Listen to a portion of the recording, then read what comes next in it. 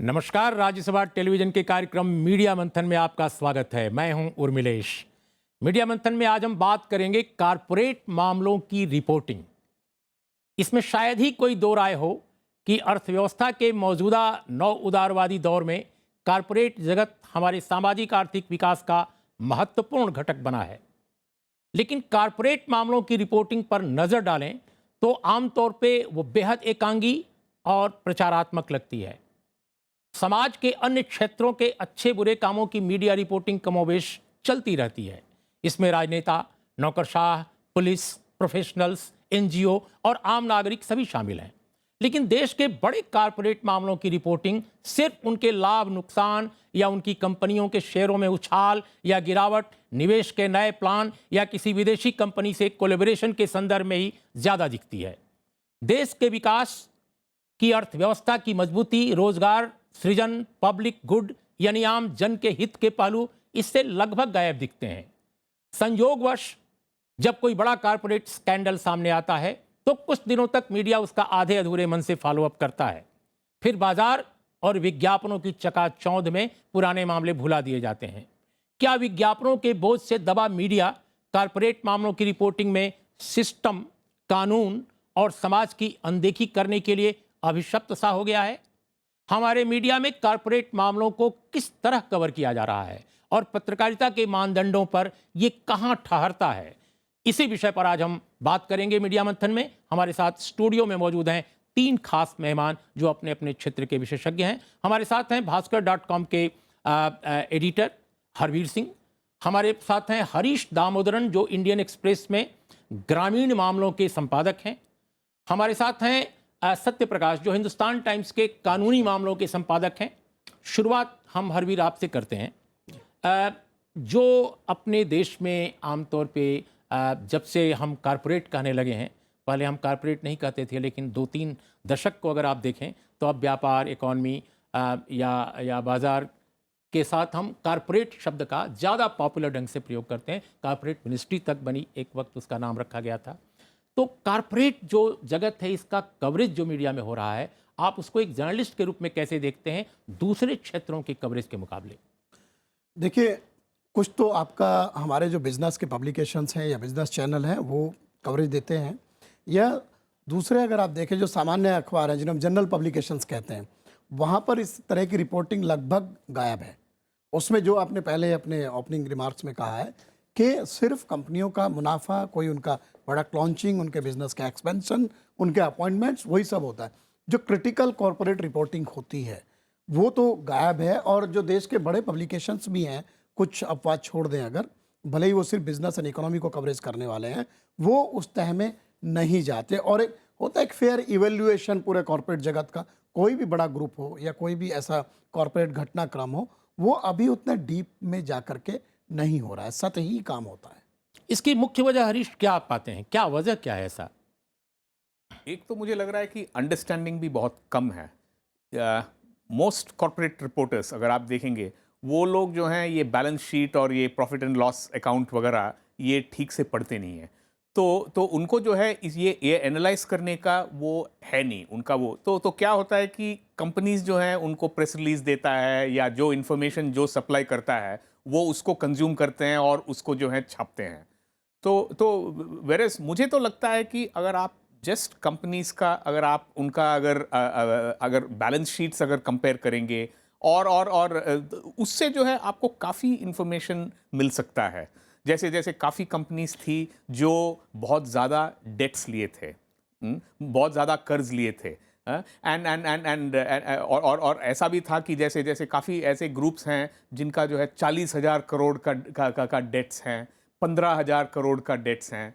तो मुझे लग रहा है कि हम लोगों ने ये मैं बोल रहा हूँ, ये जो कॉर्पोरेट वर्ल्ड ने जो है, हमने कभी देखा नहीं कि क्या इसकी क्या वजह है, क्यों ये बैंक्स, क्यों एक कॉर्पोरेट ग्रुप को इतना ये दे रहा है।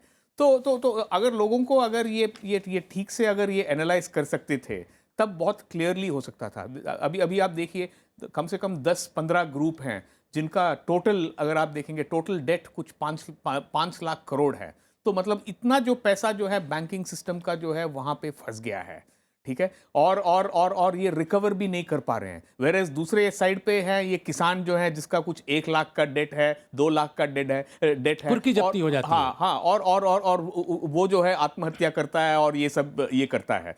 तो मुझे लग रहा है कि most of it is due to lack of understanding. लेकिन हरीश, मैं ये समझना चाहता हूं कि जैसे आपका अखबार, मुझे बहुत अच्छी तरह याद है कि कुछ समय पहले की बात है, शायद 2-3 साल पहले की, नॉन परफॉर्मिंग एसेट्स को लेकर काफ़ी सीरीज चली थी वहाँ। लेकिन ये इंफॉर्मेशंस जो हैं, मैं नहीं मानता कि जो देश में इतने बड़े बड़े आर्थिक अखबार हैं, इतने बिजनेस अखबार हैं बड़े बड़े, इतने अंग्रेजी के दूसरे और जो अखबार हैं मेन स्ट्रीम के, उनके पास भी कॉरपोरेट अफेयर्स एडिटर हैं। अगर कॉरपोरेट अफेयर्स एडिटर नहीं तो कम से कम बिजनेस एडिटर हैं। लेकिन उनकी जो समझ है इन चीज़ों के बारे में, जो हो सकता है कि हिंदी में, उर्दू में या पंजाबी में, दूसरे जो भारतीय भाषा के अखबार हैं वहाँ शायद इस तरह की कैटेगराइजेशन एडिटर्स का ना हो, लेकिन अंग्रेजी में काफ़ी समझ जिनकी है इकॉनमी को लेकर, ऐसे लोग उन पदों पर रखे गए हैं। लेकिन फिर भी ये जो कर्ज की बात आप कर रहे हैं, डिफ़ॉल्टर्स लिस्ट की बात कर रहे हैं, बैंकों और कॉरपोरेट के बीच में जो एक दुरभिसंधि है, जो अभी हाल में आई है, मैं उसकी भी चर्चा करूँगा सामने।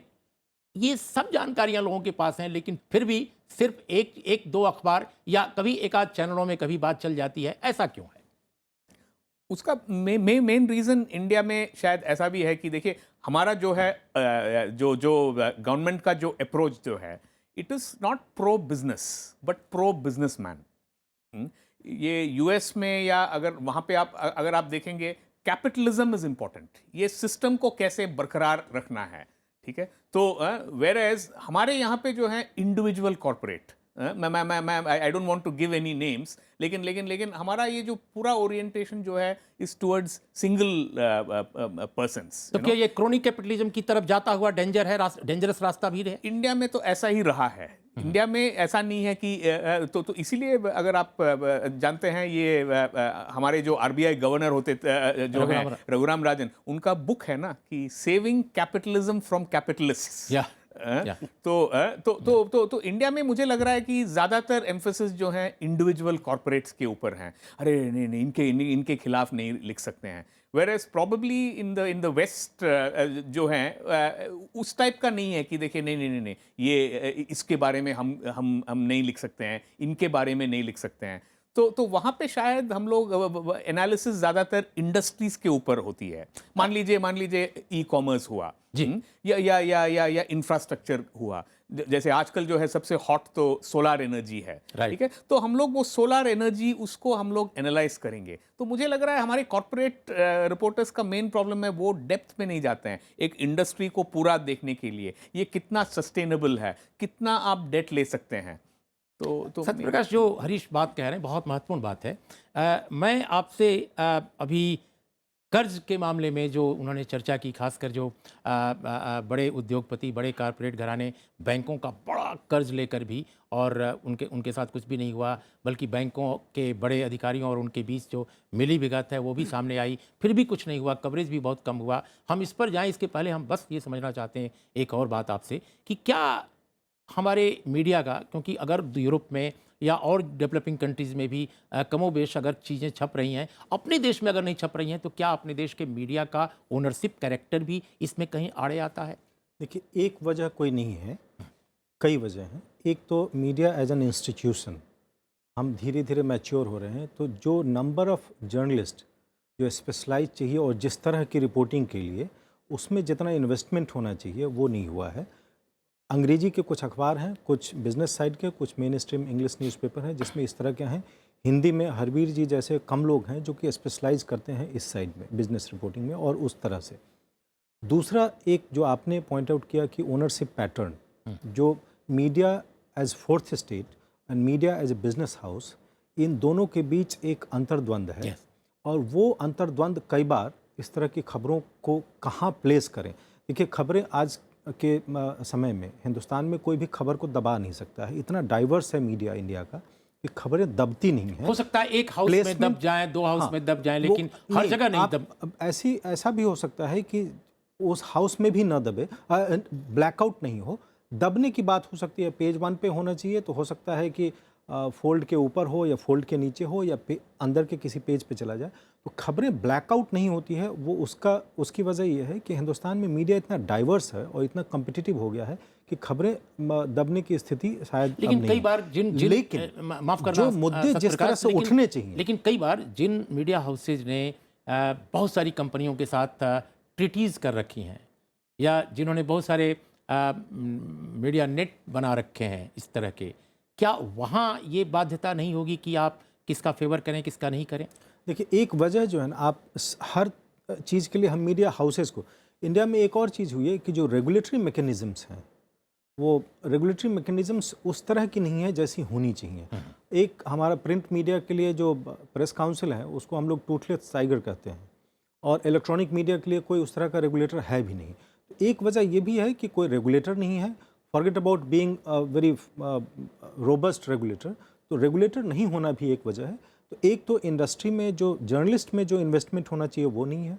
Fourth state as business house and fourth state as fourth state as media house, इसमें एक कॉन्फ्लिक्ट है। और तीसरा जो है ना, जो रोबस्ट रेगुलेटर है वो नहीं है, और इसकी वजह से ये पूरा जो सीन बनता है उसमें ये होता है कि खबरें आ तो जाएंगी लेकिन जिस तरह से आनी चाहिए शायद उस तरह से नहीं है। और एक वजह और भी है कि जैसे आप कहें कि जो 80 के दशक में जिस तरह से मेन स्ट्रीम मीडिया में भी जो खबरें आती थी, सरकारी खबरें भी, वो एक तरह से कहें कि अब 80 क्या 90 के भी शुरुआत में पीआईबी से जो कुछ आ रहा है वही है। लेकिन कंपटीशन बढ़ने के कारण ये स्थिति आई कि अब लोग खोज के खबर लाते हैं। सिर्फ पीआईबी में जो कुछ मिल रहा है वो खबर नहीं है, वो तो हैंडआउट है, वो है ठीक है रूटीन के लिए, लेकिन अलग से क्या है, ये एक तरह का प्रेशर भी है हर जर्नलिस्ट पे कि आप स्पेशल क्या ला रहे हैं, अलग से क्या खोज के ला रहे हैं। सत्यप्रकाश, बहुत संक्षेप में हम एक पहलू समझना चाहते हैं आपसे। हम जब एक छोटा अंतराल लेंगे और उसके बाद जब आएंगे तो और मित्रों से भी इस पर पूछेंगे। अभी सुप्रीम कोर्ट, चूँकि आप कानूनी मामलों के संपादक हैं, सुप्रीम कोर्ट में एक बड़ा फैसला आया। वो फैसला ये था कि आरटीआई को लेकर एक विवाद था कि भाई बैंकों से जो सूचनाएं मांगी गई थी, रिजर्व बैंक ऑफ इंडिया और तमाम उसमें इन्वॉल्व थे लोग, उसमें उस वक्त के जो इंफॉर्मेशन कमिश्नर थे भारत के, उन्होंने पक्ष में फैसला दिया था आरटीआई करने वालों के पक्ष में। लेकिन बैंकिंग जो सेक्टर है उसके जो उच्चाधिकारी थे वो ये कह रहे थे कि ये जो आप मांग रहे हैं हमसे सूचना, खासकर कारपोरेट हाउस से जिन्होंने कर्ज लिए करोड़ों के और जिन्होंने नहीं चुकता किए, जिन्होंने नहीं लौटाए और इस तरह देश की बहुत बड़ी संपत्ति डूब गई, ये इंफॉर्मेशन जो आप मांग रहे हैं ये बहुत सीक्रेट है, बहुत गोपनीय है, इसको हम जाहिर नहीं करेंगे और ये आरटीआई के दायरे में नहीं आती। अल्टीमेटली सुप्रीम कोर्ट में वो गए क्योंकि आरटीआई के जो कमिश्नर साहब थे उन्होंने कहा कि नहीं, ये सूचना आपको देनी पड़ेगी। सुप्रीम कोर्ट ने अभी कुछ दिन पहले 16 दिसंबर ऐतिहासिक फैसला दिया कि साहब आपको ये सूचना बतानी पड़ेगी जनता के समक्ष। तो ये जो फैसला आया है, हमने देखा कि मीडिया ने इसको भी बहुत उत्साह से कवर नहीं किया। इस फैसले को आप लिस्ट की बात छोड़ दीजिए, डिफॉल्टर्स की, नॉन परफॉर्मिंग एसेट्स की पूरी कहानी आप छोड़ दीजिए, ये खबर भी प्रॉपर्ली नहीं कवर की गई। एक वजह ये थी कि उस दिन एक साथ सुप्रीम कोर्ट से ही 4-5 बड़ी बड़ी खबरें थी जिसके कारण, अदरवाइज ये खबर पेज 1 पे होनी थी। अब मुझे याद है 4-5 बहुत बड़ी बड़ी खबरें थी जिसके कारण ये खबर अंदर के पन्नों पर चली गई थी। लेकिन इसलिए नहीं कि यह खबर उतनी अहम नहीं थी, लेकिन चूंकि कई खबरें थी उसमें और खबरें पेज 1 पे आ गई थी, लेकिन ये खबर फिर भी बहुत महत्वपूर्ण है क्योंकि सुप्रीम कोर्ट ने ये कहा कि जिस तरह का गंदा चलन चल रहा था और ये पूरा का पूरा जिस तरह से जो कर्ज दिए गए थे अलग अलग कॉर्पोरेट हाउसेस को, और उसमें किसने कर्ज चुकाया है, किस पे कितना बकाया है और किस तरह से कर्ज दिया गया है, ये सारी चीज़ें जनता को मालूम होनी चाहिए। और आरबीआई को एक तरह से सुप्रीम कोर्ट ने फटकार लगाई और कहा कि ये आप नहीं छुपा सकते हैं क्योंकि ये जनता के लिए ये सूचना है। क्योंकि हम और आप बैंक्स में हमारे खाते हैं, अलग अलग बैंक्स के शेयर्स हम खरीदते हैं, नहीं, ये सारी चीज़ें हमें अफेक्ट करती हैं। हमें पता होना चाहिए कि इस बैंक की हालत क्या है, उसका स्वास्थ्य कैसा है। जब तक ये पता नहीं होगा हम उसके साथ किस तरह से डील करेंगे। तो सुप्रीम कोर्ट ने आरबीआई को फटकार लगाई और कहा कि ये सारी सूचना आपको सार्वजनिक करनी होगी और नहीं करने का जो प्रचलन था अब तक वो समाप्त हो गया है। लेकिन सुप्रीम कोर्ट के साथ भी ये दिक्कत है कि बाकी लोगों को सुप्रीम कोर्ट तो कह रहे हैं कि आप बताइए, लेकिन जब उनके मामले में आते हैं तो वो इससे अपने से जुड़ी हुई सूचना काट लेते हैं। सत्यप्रकाश की इस टिप्पणी के साथ अभी अब एक छोटा अंतराल लेते हैं और अंतराल के बाद जब लौटेंगे तो इन पहलुओं पर, इन सवालों पर स्टूडियो में मौजूद अन्य मेहमानों से भी चर्चा करेंगे। एक छोटा अंतराल।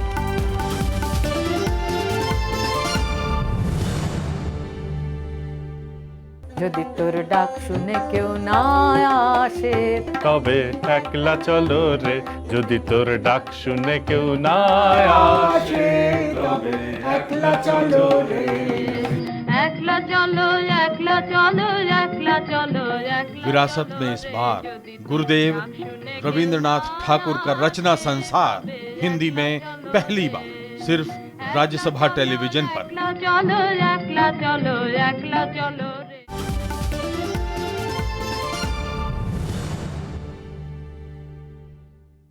मीडिया मंथन की आज की चर्चा में आपका एक बार फिर स्वागत है। आज हम चर्चा कर रहे हैं कि भारत में कारपोरेट मामलों की रिपोर्टिंग किस तरह हो रही है, इसकी क्या समस्याएं हैं, क्या चुनौतियां हैं और दुनिया के दूसरे देशों में क्या हालात हैं, खासकर विकसित देशों में, और उसके मुकाबले हम कहाँ खड़े हैं। Harveer Singh, corporate system, corporate governance के जो आम इश्यूज हैं जिनकी तरफ इशारा कर रहे थे हरीश, कि जो हमारे सिस्टम की समस्याएं हैं जिसको बेहतर करना होगा अगर आप विकास चाहते हैं, चाहे जिस तरह का भी विकास चाहते हो, तो जो गवर्नेंस के आम इश्यूज हैं उसको मीडिया एड्रेस करने में, उसको कवर करने में आखिर कोताही क्यों करता है। इंडिविजुअल सेंट्रिक स्टोरी, किसी ग्रुप के बारे में केवल स्टोरी, नकारात्मक स्टोरी की बात हम नहीं कर रहे हैं। जो बेसिक इश्यूज हैं, जैसे अभी डिफॉल्टर्स की बात हम कर रहे हैं। आप एक किसान से तुरंत कुर्की जब्ती कर लेते हो, लेकिन आप पता नहीं होने देते हो कि हमारे देश के कितने कारपोरेट घराने पब्लिक सेक्टर के बैंकों से कितना ले चुके हैं और वो लौटाने का नाम नहीं ले रहे हैं। तो ये सिस्टम की बात है, न कि किसी एक इंडिविजुअल की। इसमें भी कोताही क्यों? देखिए, सिस्टम की बात है, बिल्कुल ठीक आपने कहा। एक तो रेगुलेटर वाला इशू है, जिस तरीके से रिजर्व बैंक इस वक्त बिहेव कर रहा है एज ए रेगुलेटर। 2 दिन पहले रघुराम राजन ने कहा कि आप बड़े जो लोग हैं कर्जदार, आप उनकी बात कीजिए, उनको सामने लाइए। नेम एंड शेम का काम शुरू हुआ है। उसके अलावा ये देखिए, ये रियली इतना इम्पोर्टेंट है। हमने एक स्टोरी की कि ये हैं 10 सबसे बड़ा कर्जदार कंपनियां देश की।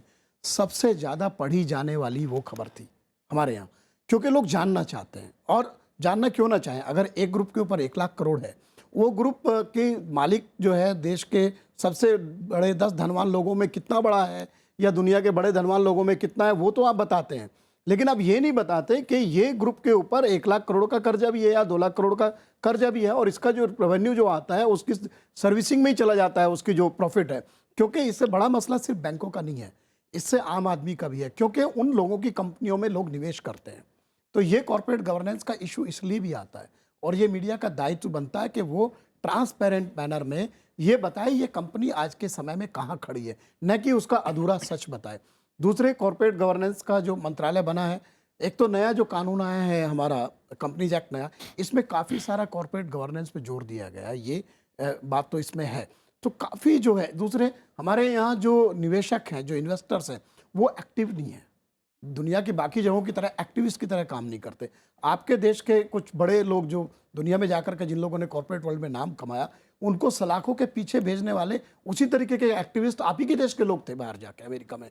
तो एक तो ये भी हमारे यहाँ उस तरीके से नहीं होता, ये एक बड़ा मसला है। और मैं फिर भी इसमें यही कहूँगा कि जो मीडिया है, जो मास मीडिया है, उसमें क्योंकि हम लोग जिस भाषा से आते हैं हिंदी से, उनका दायरा बहुत बड़ा है। वहाँ पर लोगों तक उस तरीके की बातें पहुँचाने में अभी बहुत कमी है, क्योंकि लोग प्रॉपरली इक्विप्ड नहीं हैं। जैसे हरीश ने कहा था, सिर्फ बैलेंस शीट क्यों, आपको कॉर्पोरेट गवर्नेंस के बारे में पता होना चाहिए, सीरियस फ्रॉड क्या होता है ये भी पता होना चाहिए, बैंकों को अगर कर्जा मिला है तो वो क्यों नहीं उन्होंने चुकाया, और किस तरीके के दोहरे मानदंड अपनाए जाते हैं एक कॉमन मैन के लिए, एक बड़े कॉर्पोरेट के लिए। तो ये अभी पिछले दिनों आया कि एक बहुत बड़े कॉर्पोरेट एक व्यक्ति ने काफ़ी सारा पैसा देश से बाहर भेज दिया, जबकि उनकी कंपनियां बंद हो गई। आप देखिए, उस कंपनी में जो कर्मचारी थे वो इन्वॉल्व थे, जो स्टॉक मार्केट के में जिन लोगों ने पैसा लगाया वो लोग थे, इवन हमारे बैंक इन्वॉल्व थे जिन्होंने उसमें उस कंपनी का इक्विटी को, मतलब उसके जो कर्जा था उसको इक्विटी में कन्वर्ट करा दिया। किसके कहने पे कराया? ये जो पूरा का पूरा नेक्सस पॉलिटिकल, कॉर्पोरेट और रेगुलेटर या बैंक्स के जो वरिष्ठ अधिकारी थे, ये पूरा जो खेल चलता है, एक्चुअली ये बहुत ही नेगेटिव दुनिया में जाता है, और उसका सामने रखना ये मीडिया का बहुत बड़ा दायित्व है, क्योंकि ये उसकी जिम्मेदारी भी है। लेकिन असल यक्ष प्रश्न यह है हरीश, जो हम बिल्कुल डायरेक्टली चाहते हैं कि आप एड्रेस करें, कि आखिर ये क्यों नहीं हो रहा है, मीडिया क्यों नहीं ये कर रहा है? देखिए, एक चीज़ ये है कि कॉरपोरेट जो है, he is not a private entity, he is not a family entity, जैसे जैसे सत्यप्रकाश जी भी बोले हैं, क्योंकि उसमें बैंक्स ने लेंड किया है, बिल्कुल राइट, पब्लिक ने स्टेट- शेयर खरीदा yes, है, स्टेट ने उसको- yes yes, so nothing can be secret. सस्ते दर पर जमीन दी है हाँ, अनेक जो भी जगहों है, पर। मतलब स्टेक होल्डर्स बहुत हैं इसमें, तो so it is not a family owned enterprise. जब जब आप एक कोई कंपनी को आप पब्लिक ले गए हैं, या आपने बैंक से अपने अपने अपने लोन्स लिए हैं, so it is not a private entity. तो पब्लिक को जो है, they have the full right उसको उसके बारे में पता करने के लिए, इंक्लूडिंग बैंक्स ने कितना दिया, क्यों दिया, किस बेसिस पे दिया, ये सब है। देखिए, काफ़ी ऐसे हो सकते हैं कंपनीज ने जो है कर्ज लिया और आपने अपना पैसा नहीं डाला, आपने बैंक से पैसा लिया, बाकियों से पैसा लिया, और and when the company stops, आपने अपने ये डेट सर्विस करना आपने बंद कर दिया। इससे जो है बैंक को ही इफेक्ट हुआ है, and bank is largely public sector bank. तो उस टाइप का जो हुआ है, ये जो लॉसेस जो हुआ है, ये private losses have now become nationalised. लेकिन सत्यप्रकाश, आरटीआई का जब से जमाना आया, आरटीआई का जितना उपयोग होना चाहिए था उतना तो नहीं हुआ है, लेकिन फिर भी कुछ स्टोरी आई हैं। लेकिन कॉरपोरेट सेक्टर के बारे में, यहाँ तक कि जिनका पीपीपी मॉडल जहाँ जो रिलेटेड है, जहाँ जमीन, जैसे उदाहरण के तौर पे मैं नाम लेता हूँ कि छत्तीसगढ़ जैसे स्टेट हैं, और भी देश की बहुत सारी स्टेट हैं जहाँ स्टेट ने डायरेक्टली इन्वॉल्व होकर ज़मीनें एक्वायर कराई हैं, चाहे डायरेक्टली, कई जगह इनडायरेक्टली भी, कई जगह संयुक्त उपक्रम है। तो ऐसे इलाकों में भी जहां तक आरटीआई का दायरा होता है, उसका भी उपयोग नहीं होता कॉर्पोरेट को लेकर, ऐसा क्यों?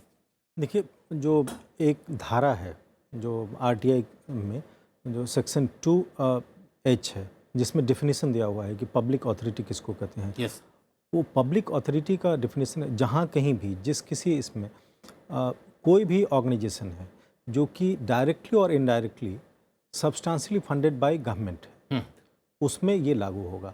अब ये पीपीपी मॉडल में भी जो भी काम हो रहा है, जहाँ भी इनडायरेक्ट पैसा भी जा रहा है या डायरेक्ट पैसा जा रहा है, सब्सटेंशियली फंडेड पे कई जजमेंट्स हैं। सब्सटेंशियली फंडेड का मतलब ये नहीं है कि आधा से ज़्यादा पैसा सरकार का हो, उसमें कम में भी हो सकता है। और वैसे सारे मामले आरटीआई के दायरे में आएंगे, ये कई फैसले आएंगे।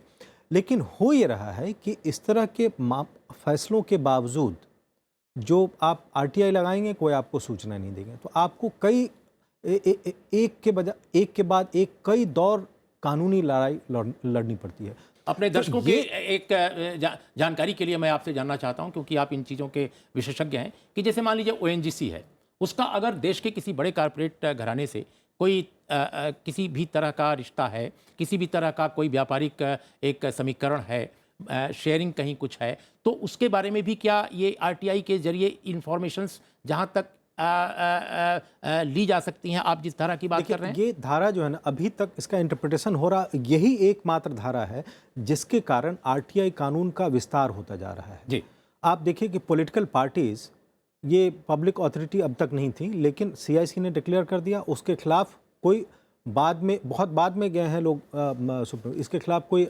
ये अपील दायर नहीं हुई, और वो अपील दायर करने का जो एक टाइम होता है, लिमिटेशन, वो भी ख़त्म हो गया अब। लेकिन सीआईसी फैसले के बावजूद, और वो फैसला अंतिम हो गया है, इसके बावजूद जो पॉलिटिकल पार्टीज़ हैं वो इंफॉर्मेशन नहीं दे रही हैं। लेकिन ये फैसला कि पॉलिटिकल पार्टीज़ को दिल्ली में सरकारी ज़मीन और मकान मिले हुए हैं, इनकम टैक्स एग्जम्पशन मिला हुआ है, और ये इनडायरेक्ट फंडिंग है उनकी, और इसलिए सीआईसी ने कहा ये इनडायरेक्ट फंडिंग है, इसलिए वो पब्लिक अथॉरिटी है और इसलिए आरटीआई के दायरे में आते हैं। हरबीर सिंह, लेकिन अंत में एक सवाल, बिल्कुल हम अब कार्यक्रम के समापन की तरफ हैं, कि क्या ज़्यादातर जो बिजनेस चैनल हैं और ज़्यादातर बिजनेस अखबार भी हैं, खुदा न खास्ता वह भी कॉर्पोरेट घराने द्वारा संचालित हैं? ज़्यादातर, मैं सबकी बात नहीं कर रहा हूँ।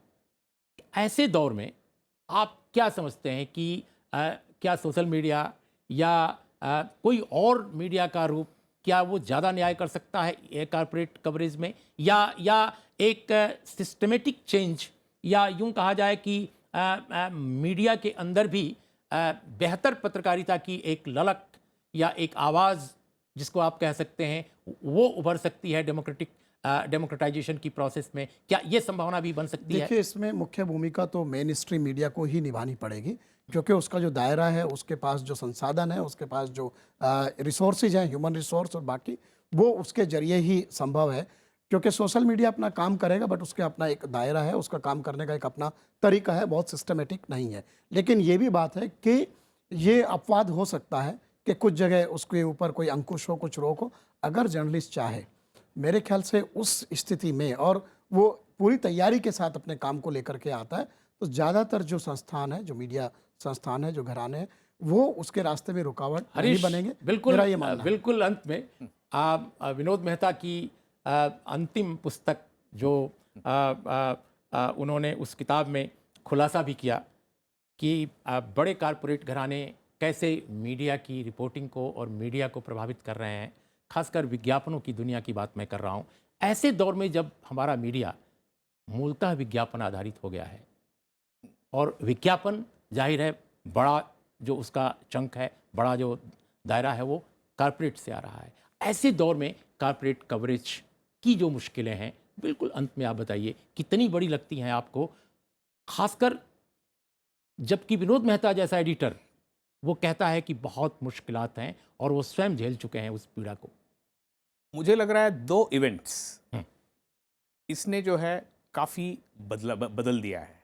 एक तो वो सत्यम घोटाला जो था 7,000 करोड़ का, हाँ, यस, कि वो जो है अकाउंटिंग फ्रॉड कर रहे थे, ठीक है। और दूसरा जो है ये विजय मल्ल्या वाला जो है, ये दोनों और स्पेशली ये आ गया कि इनके पास तो पूरा मतलब इनको कुछ नहीं हुआ, वेरेस उसके वर्कर्स को उनका पीएफ नहीं मिला है उनको, तो इस टाइप के ये जो हुआ है, तो उससे मुझे लग रहा है कि आजकल अगर मैं बड़ा कोई अगर कॉर्पोरेट के बारे में बहुत अच्छे चीज़ अगर मैं लिखूंगा, मेरे रीडरशिप खो जाएगा।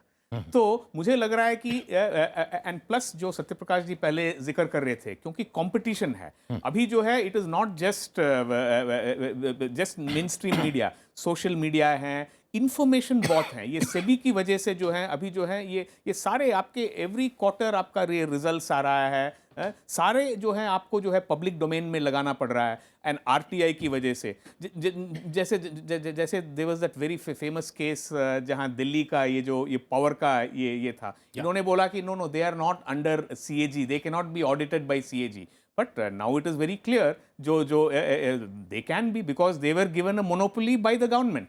अगर गवर्नमेंट आपको कॉन्ट्रैक्ट दे रहा है, आपको मोनोपोली दे रहा है, आपको बोल रहे हैं कि ईस्ट दिल्ली में सिर्फ आप कर सकते हैं, so the public has to know. तो अगर इस टाइप का इंफॉर्मेशन अगर नहीं आएगा, क्योंकि अभी जो है रीडर भी काफी जागरूक हुआ है, तो if you don't give him relevant information और सिर्फ आप बोलेंगे अरे ये यहाँ पे निवेश कर रहे हैं, ये करेंगे, आपका रीडरशिप खो जाएगा। तो मुझे लगता है कि हरीश की इस टिप्पणी के साथ हम आज की इस चर्चा का समापन कर सकते हैं कि चुनौतियां हैं, मुश्किलें हैं, लेकिन रीडरशिप का दबाव है, हमारे दर्शकों का, हमारे पाठकों का, उनका अपना एक कंसर्न है।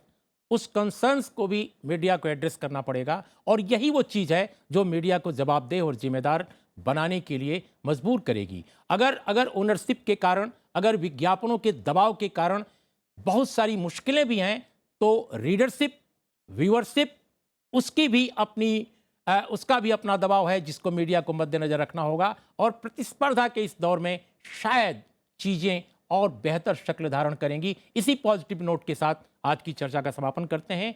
नमस्कार, देखते रहिए राज्यसभा टेलीविज़न।